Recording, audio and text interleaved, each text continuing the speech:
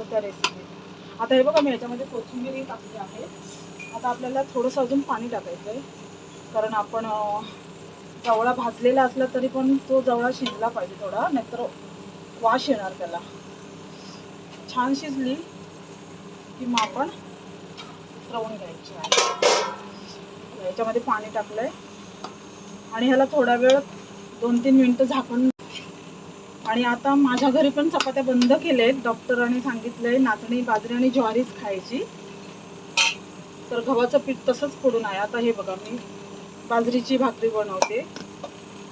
मला येत नव्हती अशी थापायला, पण जेवढं जमतं तेवढे करते मी. आता आपली ही भाजी झालेली आहे. आता आपण बंद करायचं आहे. आणि प्लीज भगिनी, हे बघा, आता पातेलं मी ठेवलं आहे, गरम झालं आहे. त्याच्यामध्ये आपल्याला तेल टाकायचं आहे. तेल चांगलं तापायला द्यायचं आहे.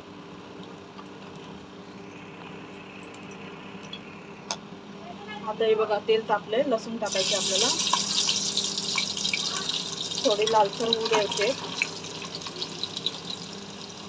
आणि मग कढीपत्ता टाकायचा आहे.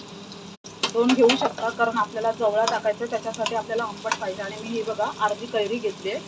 अर्धी ऑलरेडी मी कालच्या फिशमध्ये टाकली. आता हा कांदा आणि टोमॅटो पूर्णपणे मॅश होण्यासाठी आपल्याला थोडंसं 1 चम्मच मीठ टाकायचं आहे आणि थोडा वेळ त्याला परतून झाकण लावून ठेवायचं. मग तो शिजला जाईल, टोमॅटो व कांदा, पाणी सुटेल. सॉरी, हे बघा, आता पातेलं मी ठेवलं आहे, गरम झालं आहे. त्याच्यामध्ये आपल्याला तेल टाकायचं आहे. तेल चांगलं तापायला द्यायचं आहे.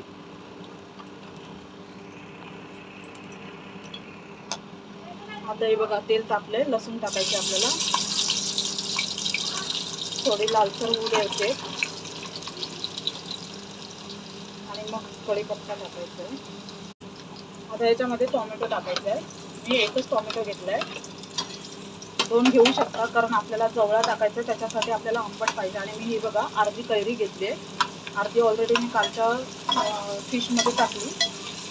आता हा कांदा आणि टोमॅटो पूर्णपणे मॅश होण्यासाठी आपल्याला थोडंसं 1 चम्मच मीठ टाकायचं आहे आणि थोडा वेळ त्याला जामध्ये, कारण त्या मसाल्यामुळे ना फ्लेवर छान येतो.